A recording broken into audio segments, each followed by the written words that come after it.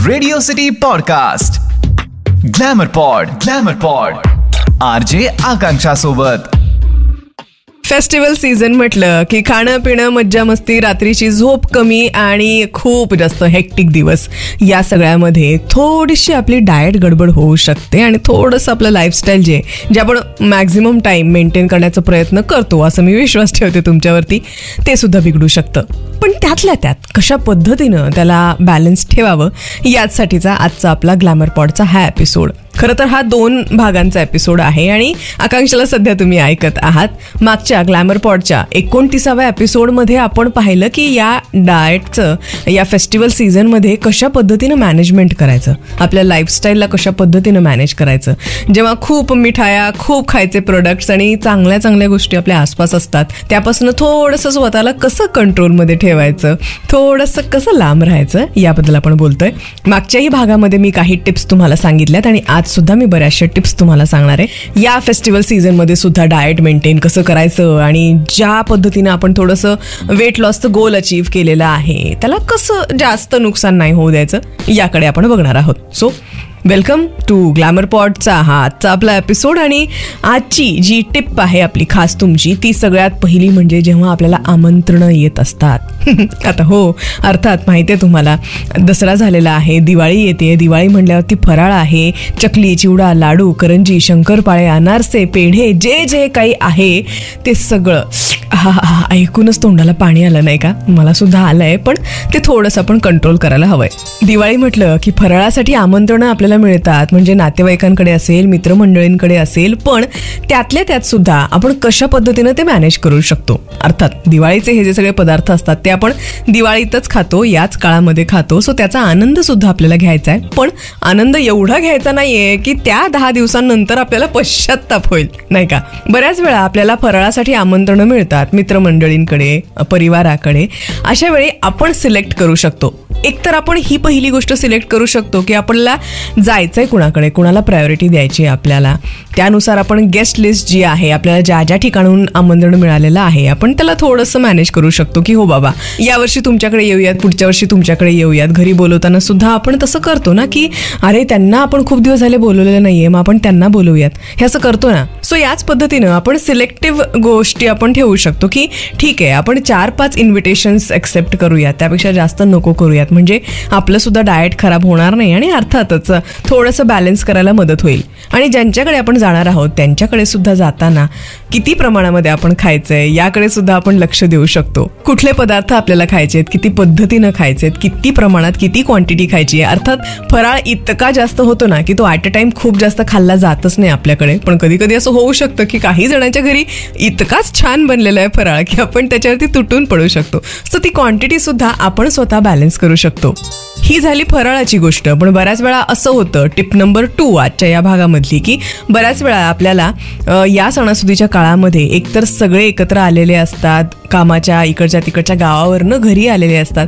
So अशा वेळी जेवणासाठी सुद्धा बऱ्याच ठिकाणी इन्व्हिटेशन्स आपल्याला येतात. अर्थात जेवणासाठी कोणीतरी बोलवलंय म्हणल्यावरती ते साधं आपल्याला कारल्याची भाजी, मेथीची, शेपूची भाजी, पालकची भाजी किंवा असं काहीसं साधं साधं जे आपण रोजच्या जेवणामध्ये खातो तसं काहीसं ते करणार नसतातच, नाही का?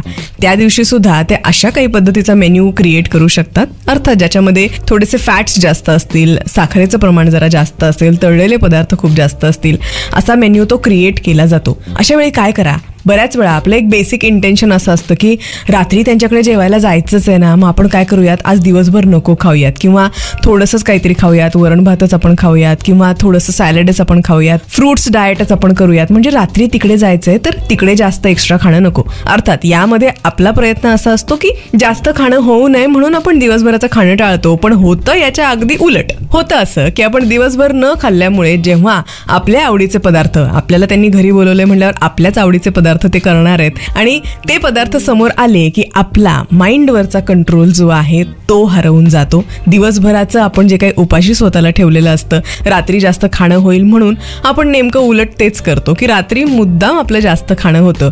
दिवसभरचा उपास आणि समोर आलेले सुंदर सुंदर पदार्थ म्हणल्यावरती ते जास्त खाणं होणारच आहे. आपण तेव्हा कंट्रोल करू शकत नाही. त्यामुळे काय करायचं, दिवसभरचं असं सगळं खाणं पिणं सॅक्रिफाईस करण्यापेक्षा बेसिक नॉर्मल जे आपलं डाएट असतं ते आपण दिवसभरामध्ये ठेवू शकतो आणि जेव्हा आपल्याला पाहुण्यांकडे हे जेवायला बोललेलं आहे त्याच्या थोड्या वेळ आधी थोडंसं सॅलड घरूनच खाऊन जा, प्रोटीन रिच असं एखादी गोष्ट ती घरूनच तुम्ही खाऊन जा, एखादं बॉईल एग खाऊन जा जाताना, किंवा थोडंसं पनीर, थोडंसं सॅलड, काकडी, टोमॅटो, गाजर असं काहीतरी खाऊन जा.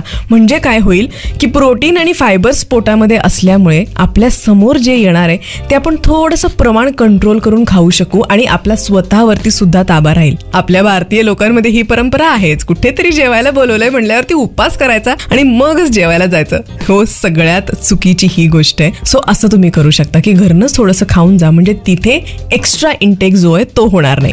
मागच्याही एपिसोडमध्ये आपण डिस्कस केलं की sugar free, protein rich, vitamin C rich अशा सगळ्या मिठायांनी स्वतःला भुरळ पाडू देऊ नका. हा एक मार्केटमध्ये चाललेला स्कॅम आहे. कितीही त्यात शुगर फ्री असलं तरी सुद्धा त्याच्यामध्ये फॅट्सचं प्रमाण, तेलाचं, तुपाचं प्रमाण, बेकरी प्रोडक्ट्स असतील तर त्याच्यामध्ये बटरचं प्रमाण वगैरे हे खूप जास्त प्रमाणामध्ये असतं. सो शुगर फ्री प्रोडक्ट्स आहेत म्हणून आपण ते खूप जास्त इंडल्ज करायचे असा त्याचा मुळातच अर्थ होत नाही.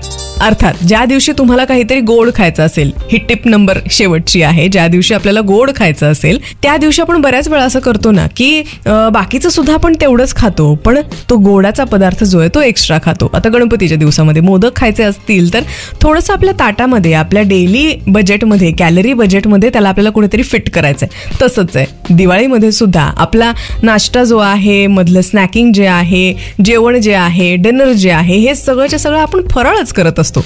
अशा वेळी थोडंसं कुठेतरी मॅनेज करा की जेवणासोबत थोडीशी अर्धी चपाती कमी खाऊन, थोडासा भात कमी खाऊन त्यासोबत दुसरं काहीतरी तुम्ही ऍड करू शकता, सो दॅट तुमचं त्या दिवशीचं कॅलरी बजेट जे आहे ते मॅनेज होईल. आणि हो, अर्थात फराळ जो आहे तो दिवाळीतच बनतो, त्याचा सुद्धा आस्वाद तुम्हाला घेता येईल. म्हणजे कुठेतरी आपण बाकी सगळे एन्जॉय करतात आणि आपण मन मारून जगतोय असं त्याचा अर्थ होणार नाही. नॉर्मल जेवण आणि फराळ या दोन्ही गोष्टींचा बॅलन्स आपण ठेवू शकतो. कधी कधी आपण फराळच खूप खाल्लेला आहे तर त्या दिवशी let's skip lunch, let's skip dinner.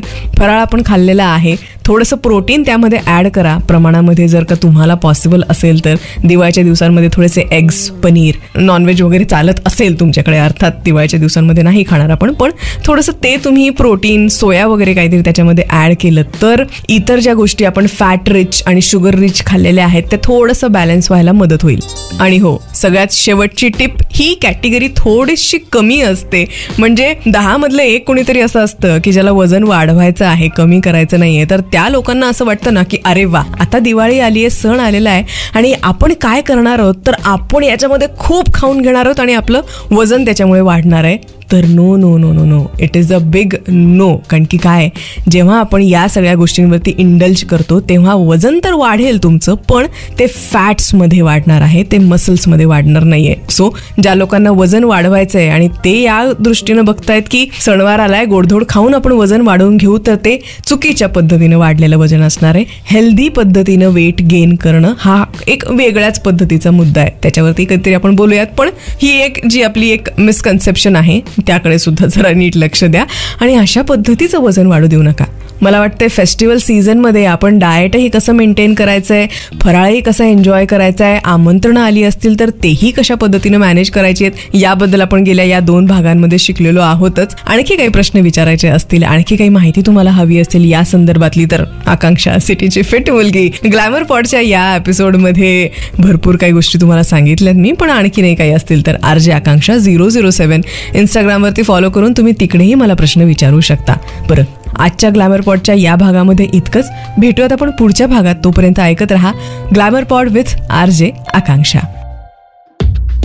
Radio city podcast glamour pod RJ आकांक्षा सोबत.